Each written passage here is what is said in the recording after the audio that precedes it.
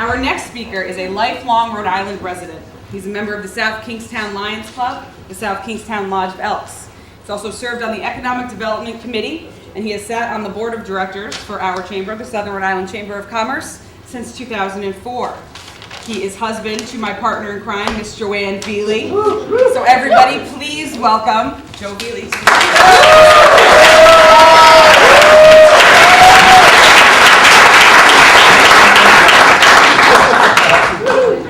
Thank you. I'm always amazed at how closely people pay attention to some things, and other things they frankly just don't pay attention to. This doesn't strike most people right away, but it's impossible to stand on the moon with the moon on the distant horizon. So are you paying attention yet? Okay, let's talk about a few examples about how not paying attention can have consequences. Have you ever done something like this? You get out of bed in the morning, you're real tired, you make a cup of coffee, and you go to tend to put sugar in it, and you grab the salt and you ruin the cup of coffee. All because you weren't paying attention. That's sort of the theme here. Pay attention to what you're doing. I'll bet we've all done this. You leave work, you get in your car, you're heading home. You intend to stop at Belmont and pick up a gallon of milk, and it isn't until you're standing in your kitchen, empty-handed, that you realize you forgot. Pay attention. So as a population in general, we rarely pay attention to the cost of government. It's hard, so I think we let other people take care of it. We just kind of ignore it. Imagine if we actually paid more attention to the cost of government. So government certainly has a role in our lives. The question is, how much of a role? Do we really need government to provide everything? Or do we just need government to create conditions that help create a good business climate and free markets? So first, let's consider a few facts. Private sector jobs make money for government, and public sector jobs cost taxpayers money. I know that we need government to provide some things, though. Some services that government provides are absolutely essential. We need a good public safety system. Fire, police, rescue. We need to provide a quality education for our youth. That's very important.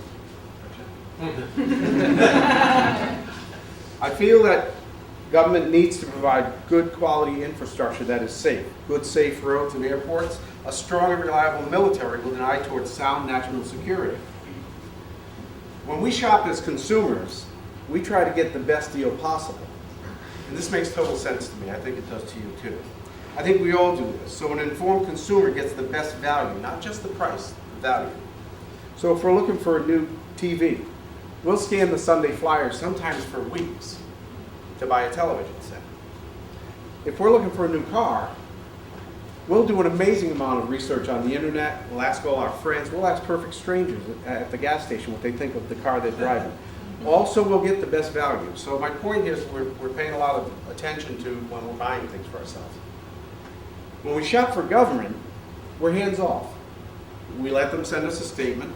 We complain, sometimes a little, sometimes a lot, and then we pay it. Approach this relationship as a consumer instead of a taxpayer. Pretend that you're buying a TV. If this stuff makes your eyes glaze over, maybe you're not the one to weigh in on it. Pay attention when you vote. Consider candidates that are interested in getting you the best value. So the state budget is $8.6 billion, and there's 1 million people, so think about that. $8.6 billion for 1 million. The city of Warwick has had a budget surplus for 12 of the last 13 years. Yet they've increased taxes all 13 years. Why does it have to cost more every year? According to taxfoundation.org, Tax Freedom Day in Rhode Island is April 19th. So what that means is approximately a third of the average Rhode Islander, what they earn every year goes to pay their share of the taxes. Is that enough? So I was told to enlighten you, but make it quick, so here goes. Take the total budget for the town of South Kingstown, you divide it by the number of residents. It's $82 million divided by 30,000 people. So the average property tax bill for a family of 4 in Rhode Island is a little over $200 a week. What if your cable bill was $200 a week? I think you would complain. Washington County is ranked in the top 4% for property taxes in the country. That's too high. This picture is a shot of Orange County, California, a solar project there. It's one of the richest counties in the country. They rank better than we do on that survey. Why is the cost of government so high in Rhode Island? That's my picture, by the way. Why does it have to cost more every year? Does anyone really believe that we don't pay enough? Pay closer attention. Pretend that you're buying a car. I feel that government is not very efficient with the money that we pay them. I think that government should provide the things that we need and do it efficiently. Do you think you will pay closer attention when you shop for government next November? Or will you forget to pick up the milk or put salt in the coffee? I think I can help. That's me too. As a business owner in this economy, I certainly have learned how to get it done with less. So after careful consideration and a discussion with my wife and a few close friends, I've decided to run for town council in the town of South Kingston. I